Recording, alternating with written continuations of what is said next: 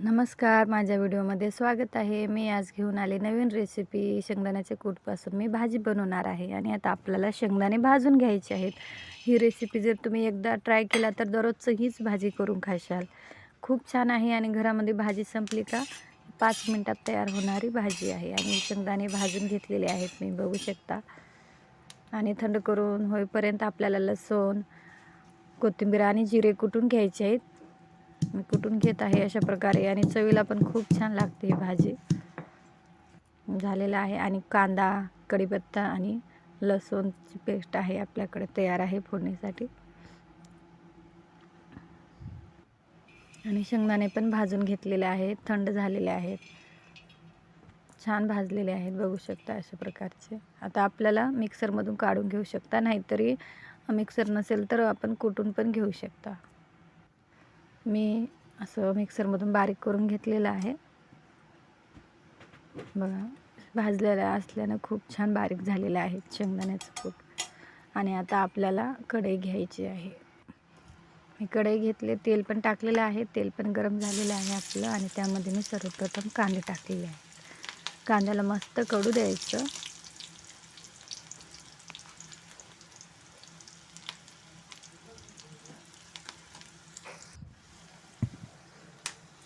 आणि वरून जिरे टाकलेत मी.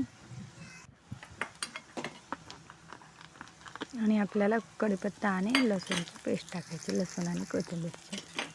आणि असं कढून घ्यायचं आहे मी छानपैकी.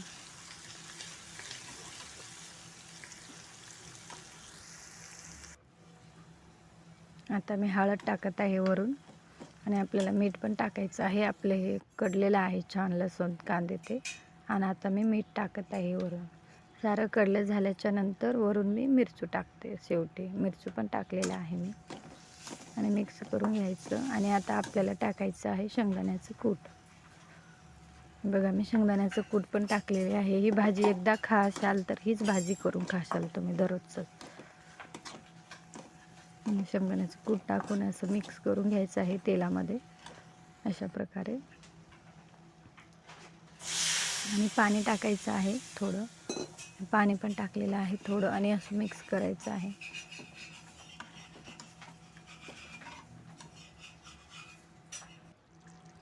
बघा, भाजी शिजत आहे अशा प्रकारे. पाणी थोडंच टाकायचं आहे, जास्त नाही टाकायचं. आणि ही भाजी दिसायला पण खूप छान दिसत आहे आणि चवीला पण खूप छान लागते. आणि आता मी वरून कोथिंबीर टाकलेली आहे आणि थोड्या वेळासाठी हिला झाकून ठेवणार आहे.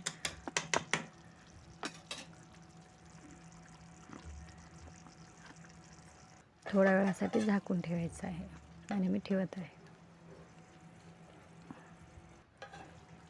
बघू शकता, आपली भाजी एकदम छानपैकी तयार आहे. बघताक्षणीच तोंडाला पाणी सुटत आहे. तुम्ही पण नक्की ट्राय करा. ही भाजी खूप छान आहे. घरामध्ये भाजी संपली का लगेच 5 मिनिटात तयार होणारी झटपट रेसिपी आहे ही. तयार होते लवकर. आणि कमेंटमध्ये नक्की सांगा ही भाजी कशी वाटली. रेसिपी आवडल्यास कमेंट करा, लाईक करा. तुम्ही पण नक्की ट्राय करा.